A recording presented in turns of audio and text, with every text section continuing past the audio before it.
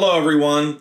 As you can see, my wife's R1S is finally here and we're super excited to be an all Rivian family. Now we're going to have a ton of videos coming on the R1S as well as our R1T. So make sure you hit that subscribe button and hit the bell and turn on all notifications so you get notified anytime we add new content. Now to navigate this video, you can use the chapters. The chapters will be visible down on the video slider at the bottom of this video and may also show up on the side of the video. Now in this video, I'm going to show you footage of my wife driving the R1S for the first time. Now she is kind of camera shy, so she didn't really say too much. She didn't want her face shown, that kind of thing. But she's driving it for the first time and you're going to get to see that here. We did have a few small little issues at delivery. Fit and finish issues, nothing major. So I'll show you that, video those two issues as well. I'm also going to show you the inside and outside of the vehicle using my GoPro mount that mounts on my head for a first person kind of view. And then I'm also going to do a driving test and tell you how I think it compares to the way the R1T drives. So let's go ahead and get into the video.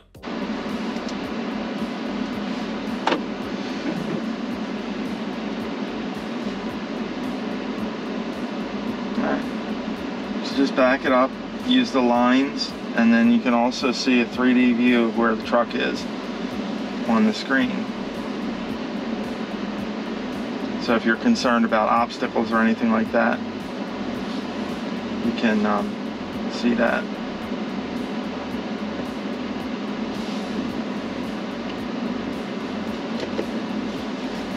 And then it even shows you the forward camera when you put it in drive.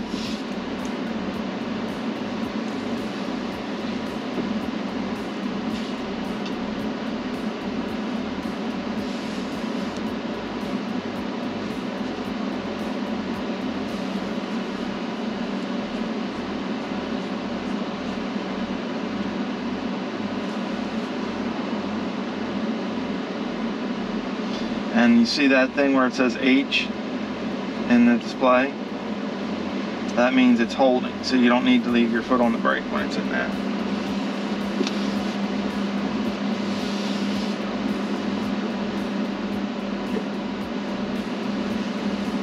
And now because it was in kneel mode, now you're going to hear it like clicking and you'll feel the truck raising up a little bit. It's going to put it back in the standard ride height.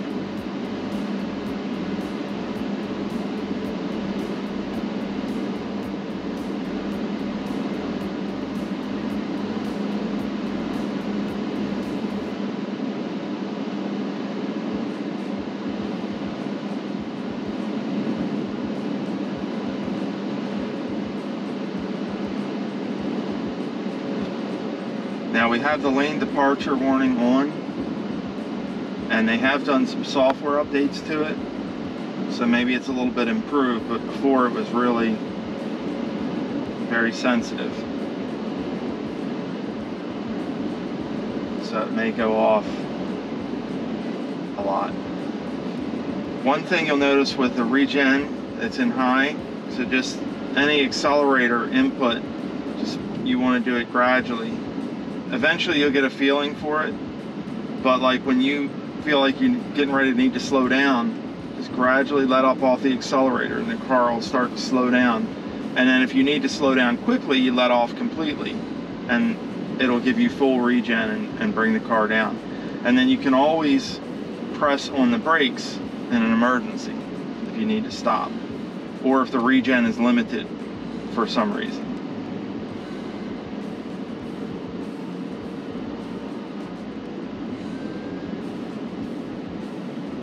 Now if the regen is limited, like if you have it charged to full, which you shouldn't do, if you charge it up to 100%, it will limit the regen braking and you'll get a message on the screen. The other time it'll limit the regen is if you're going down a hill for a long period of time. So like let's say driving down a mountain, then it'll limit the regen because, you know, things will get hot or whatever, it's charging the battery too much. And it lowers the amount of regen, so it won't slow you down as quick. But in any of those scenarios, it'll display a message on the screen to let you know, hey, when you let off the accelerator, you're not going to get as much braking as you normally would.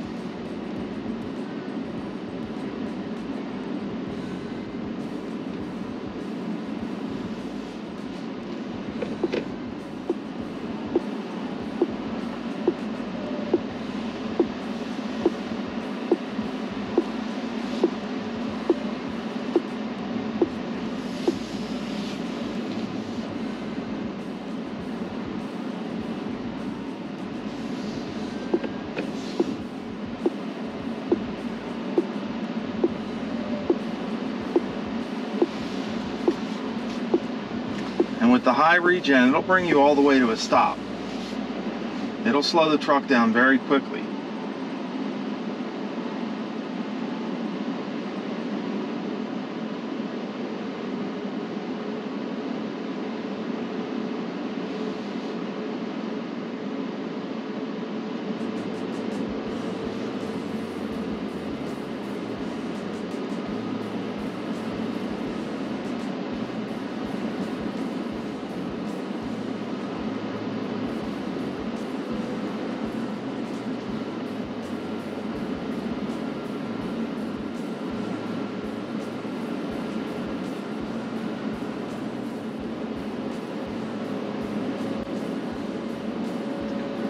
Good.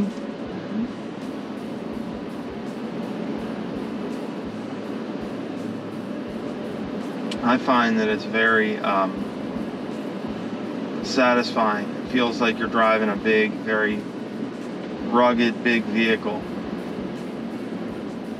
One of the things that I always told everyone when I first drove the Rivian is it doesn't drive anything like it looks. Like when you first look at it, it looks like, you know, a California vehicle, very sleek, very attractive. But when you drive it, it's a totally different driving experience from that. It's more of a rugged, but very luxurious, but kind of a rugged, very substantial feeling truck. It definitely feels very capable when you're driving it.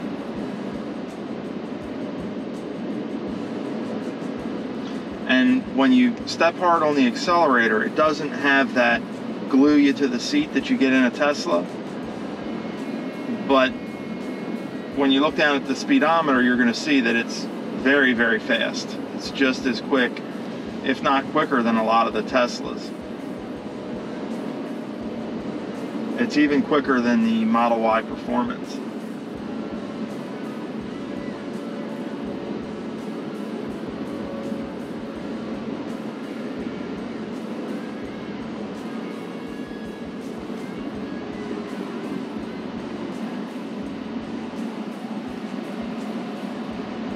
You're getting used to the regen.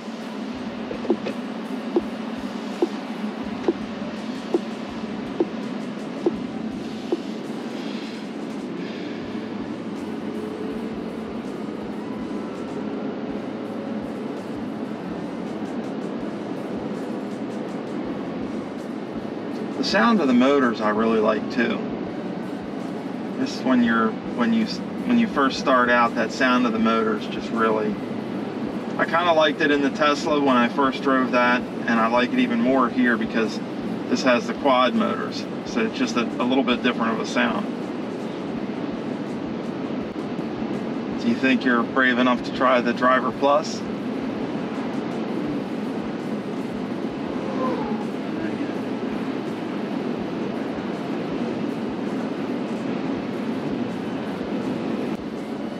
And you'll get a feel for it more.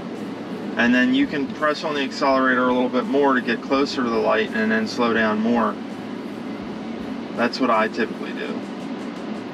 And just coast up to it. And you'll find that as you do that, you don't really have to stop in a lot of cases.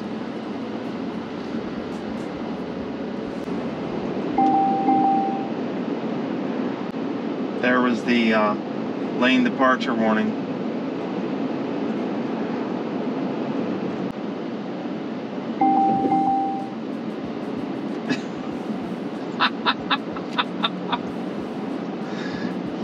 over the line a little bit there.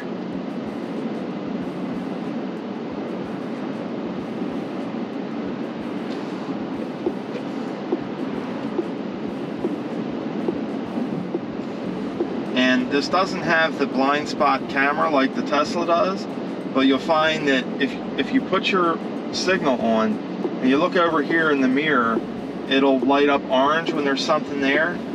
And if you put your signal on like you want to try to move over, it will give you an audio notification that there is something there in your blind spot. So that's good.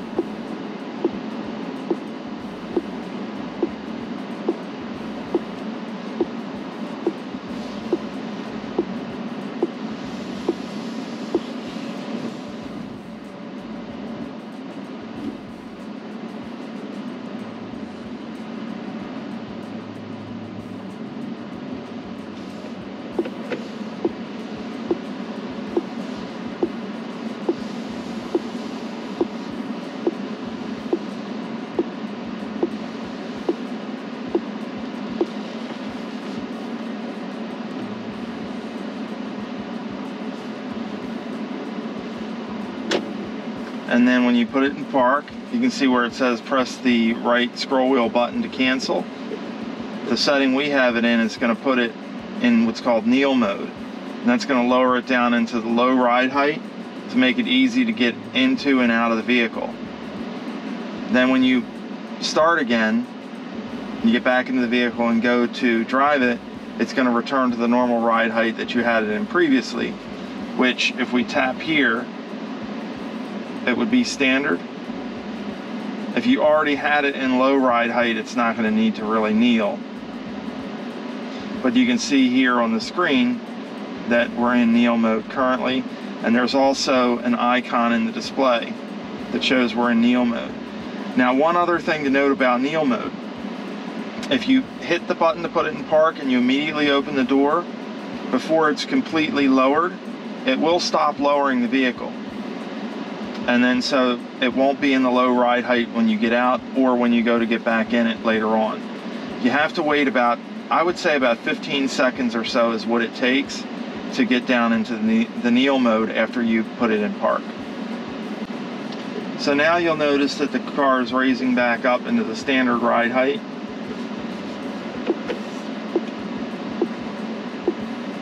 Now if you have this screen up, which is your drive mode screen, when it's changing between ride heights, you'll see the selected ride height blinking. That means it's changing to that ride height. If it's lit up solid, that means it's in that ride height and it's not taking any action with the air suspension at that time. Right now we have the ride in soft, high regen, and stability on.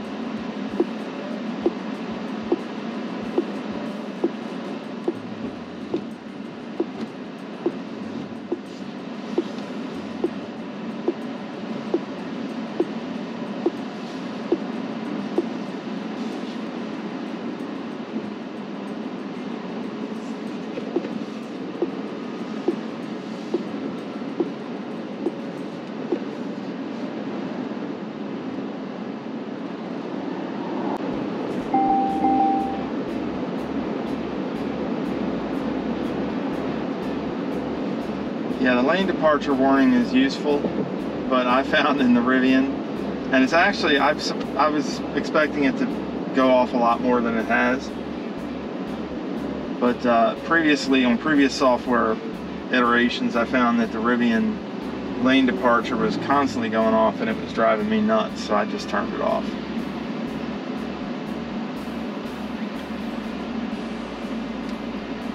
But for you, it seems to be working pretty good. And we do have the latest update as of the time of this recording, which is 2023.22. And I believe they did, as part of that software update, make some improvements to the lane departure warning system. Now, a lot of people worry about the regenerative braking when they let off, that the people behind them aren't going to know the car is slowing down. But the nice thing about electric vehicles, including the Rivian, is when the regenerative braking is on, it turns the brake lights on so that people behind you get a signal that the vehicle is slowing down. They don't know that you're not just using the regular brakes from their perspective. The brake lights come on, the vehicle is slowing down. So there's really nothing to worry about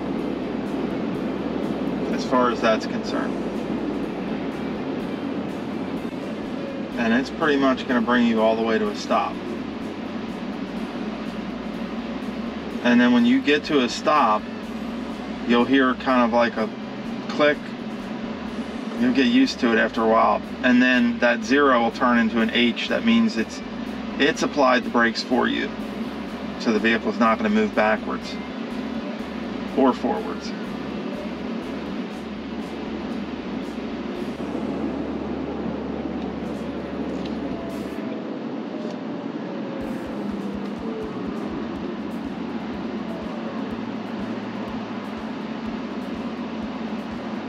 That was pretty good.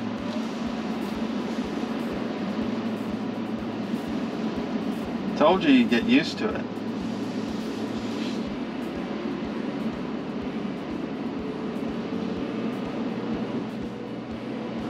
The number one thing everyone says with the one pedal driving is they don't like it initially, and that they'll never be able to get used to it. But once you drive with it and you get used to it, you learn to gauge how quickly the vehicle's going to stop, when you need to ease up on the accelerator.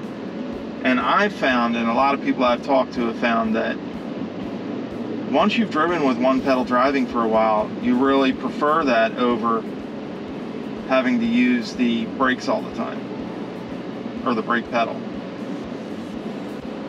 So how do you feel with it? Everything feels good, or?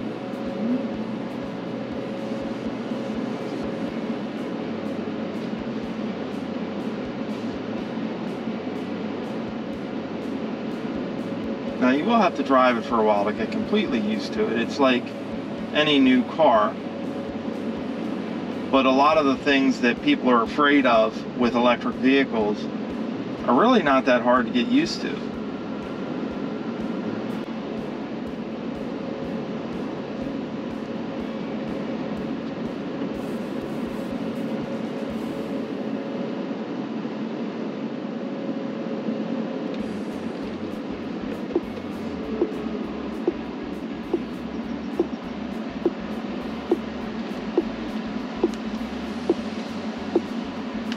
And the car is very quiet.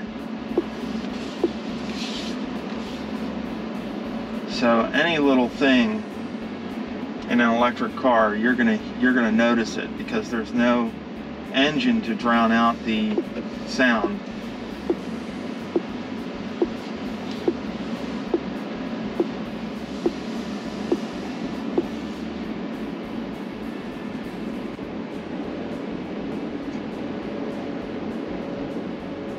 So not too bad for your first time driving a Rivian, huh?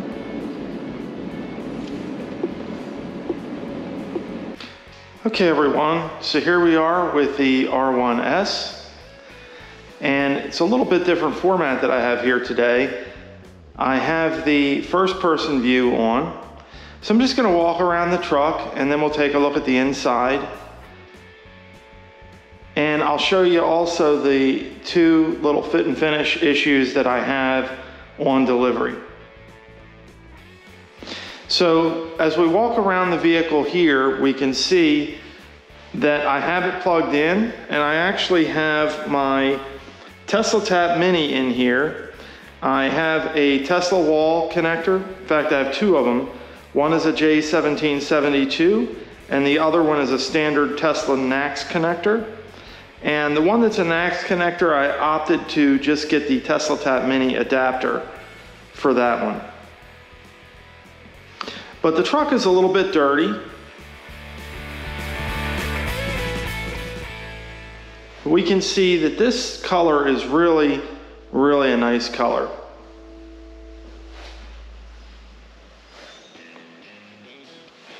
I did remove the aero caps to prevent damage to the wheel. And I do have the Rivian OE center caps on order. Now I'll show you the back of the truck in a moment here. We are inside the garage.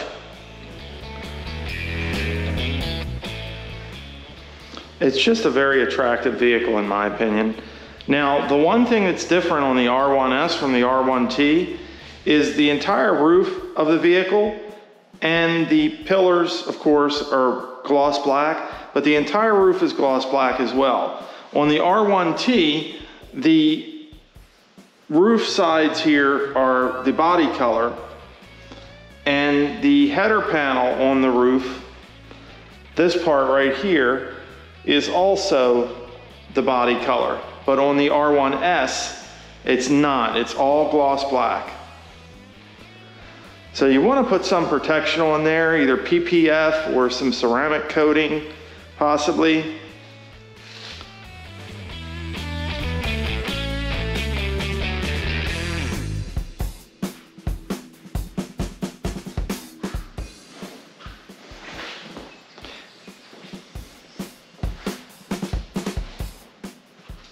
And we can just look at this side of the truck, much the same.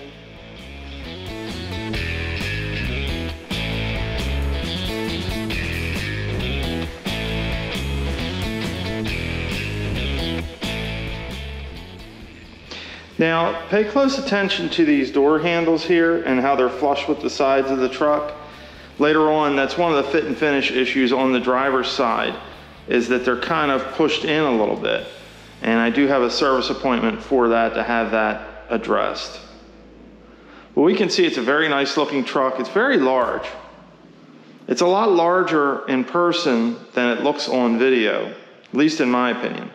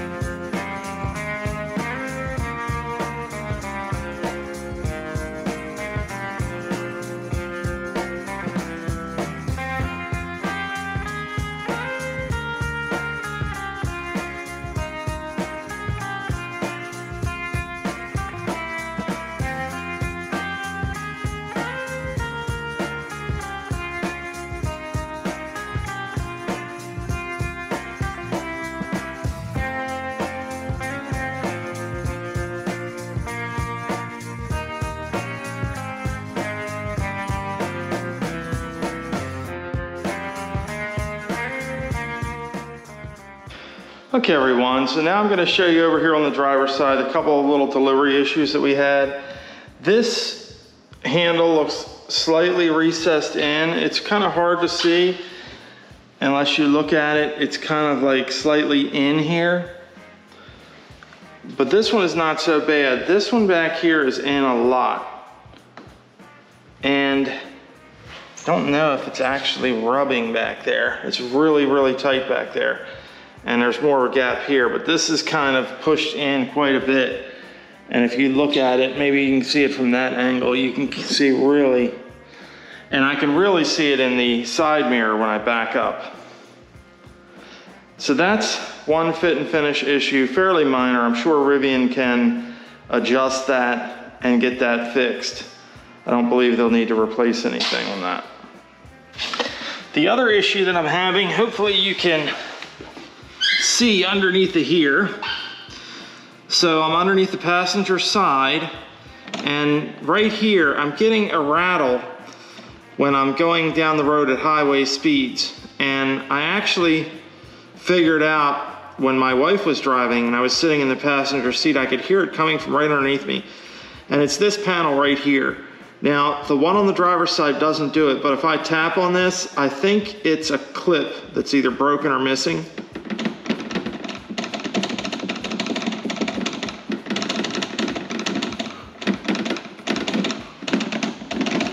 And it's this whole piece right here that's just kind of not secured, or something's loose there. But it's not at the point where it's gonna fall out. Okay everyone, so here we are driving along in the R1S.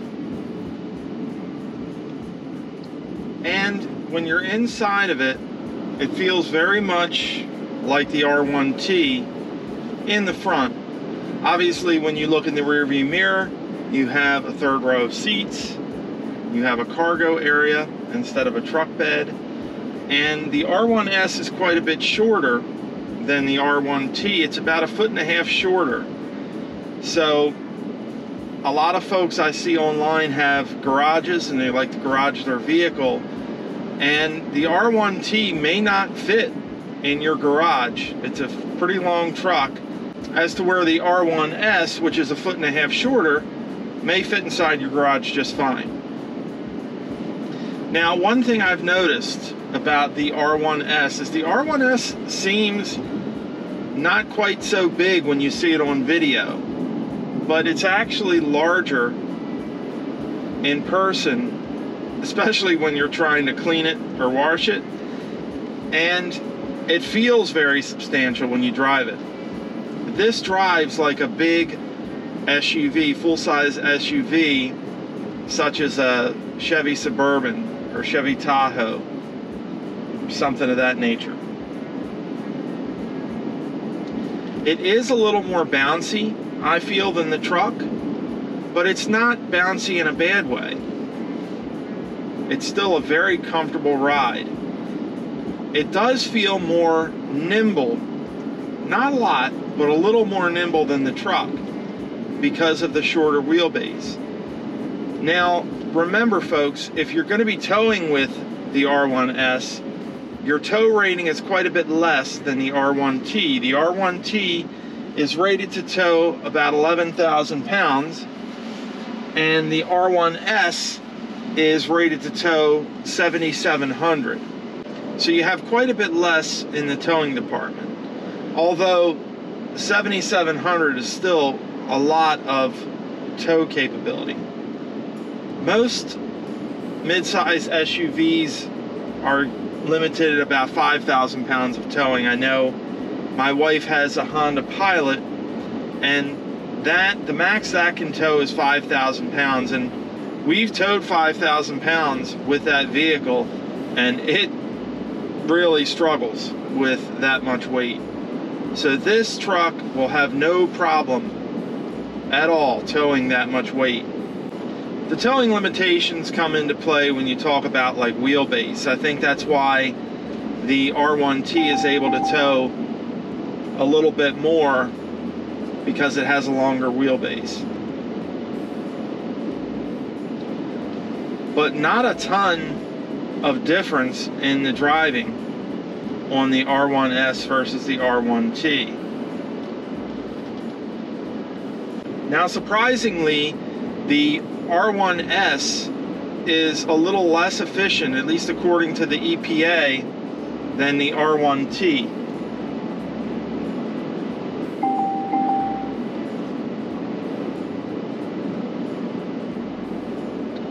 But this truck definitely handles very well. It rides very nicely, and I really enjoy being behind the wheel, just like I enjoy being behind the wheel of my R1T.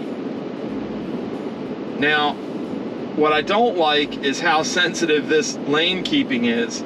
This thing constantly goes off, at least when I'm driving. So I'm driving along here in all-purpose mode with the high regen setting and the soft ride with stability control on. Now, a lot of the bounciness, I wouldn't say it's really bounciness, it's kind of like floatiness. You feel like you're floating up and down. I think that's because of the soft ride and because we have a shorter wheelbase on the R1S here.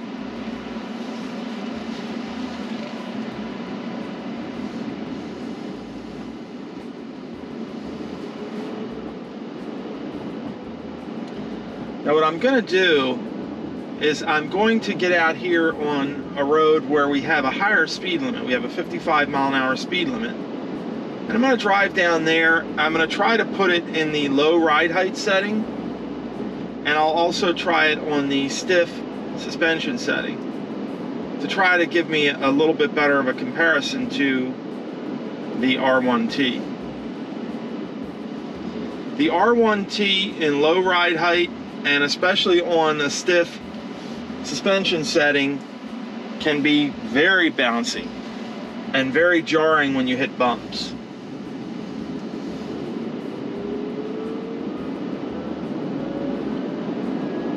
And just like the R1T, this truck has a ton of power. 835 horsepower, 908 pound-feet of torque. Of course, that's not all going to be available in the all-purpose mode, but it's got so much power and it goes from 0 to 60 so fast that you're not really going to notice too much of a difference unless you're measuring 0 to 60 times with something like a draggy.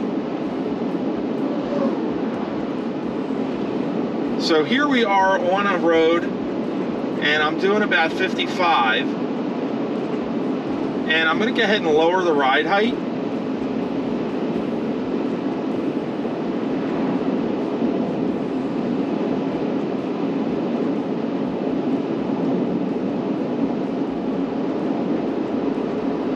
And immediately I noticed there's less floatiness, but I still feel up and down movement from the suspension.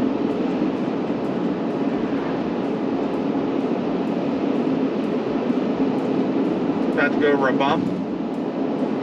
Doesn't feel harsh going over that bump.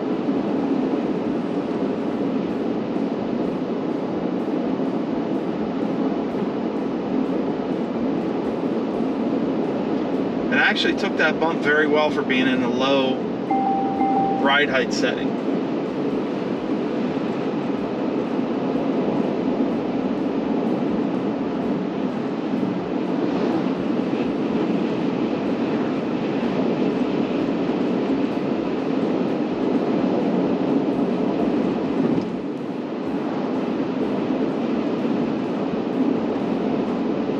Now we're coming up on a town here, and I'm going to stiffen up the suspension now to see how much of a difference there is. The R1T in low ride height and especially with a stiff suspension is really harsh.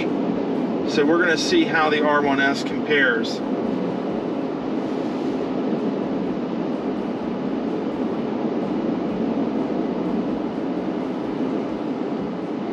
Now that was almost instantaneous. I can definitely feel the vehicle has stiffened up on me.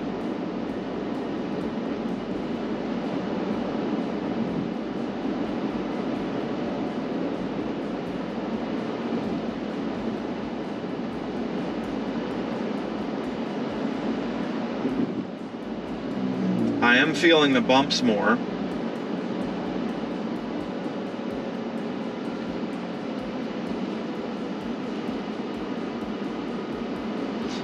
Now with the stiff ride setting, it's going to be more of a sporty ride. So you're going to feel a lot more, and especially when it's in the low ride height, you're going to feel every little imperfection in the road. Maybe not as much as a sports car, but a lot more than you would in the standard ride height with a soft ride setting. But even on the stiff setting here, it doesn't feel really harsh. I don't know, the truck seems like it might be a little more harsh in these settings.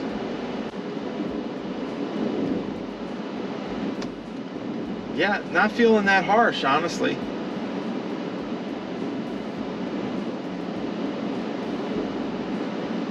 It feels like there's a little less movement when I hit imperfections in the road, but it honestly doesn't feel that harsh. My truck feels a lot harsher. But as far as the way it rides, folks, it rides a lot like the truck. Maybe a little more compliant than the truck in the lower ride height and stiff ride settings. But what this is really going to come down to, as far as if you're trying to make a choice between the S and the T, it's going to come down to practicality. Do you need the bed of a truck? Do you need to haul things in the bed of a truck? Do you need the extra towing capacity of the truck? Or do you need the people hauling capability of the SUV and the practicality of the SUV? That's what it's really going to come down to. Both of these vehicles are excellent vehicles. And I think no matter which one you choose, you're definitely going to be happy with the performance and the ride and the capabilities of it. Now in some later videos, folks, I'm going to test out the Driver Plus, which I think is really nice. Right now it does not have automatic lane change, but I'm confident that with software updates, Rivian is going to add that functionality at a later time. I think just like the Tesla, the Rivian is only going to get better with time. Just about every month, Rivian is releasing a new software update and adding features, fixing things, improving things. I really like what they're doing, folks, and your car is going to continue to get better. With every month that goes by, your vehicle is going to continue to improve and add additional capabilities.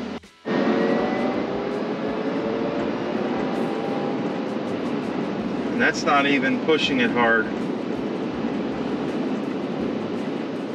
And going up a hill. The vehicle just has all kind of power.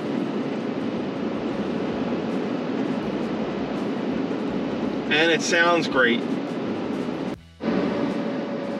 So the one thing that I will say, and I said the same thing about the truck, is that this car drives nothing, or this truck drives nothing like it looks. It looks kind of like a California stylish vehicle, but it drives like a truck. And it drives like a truck from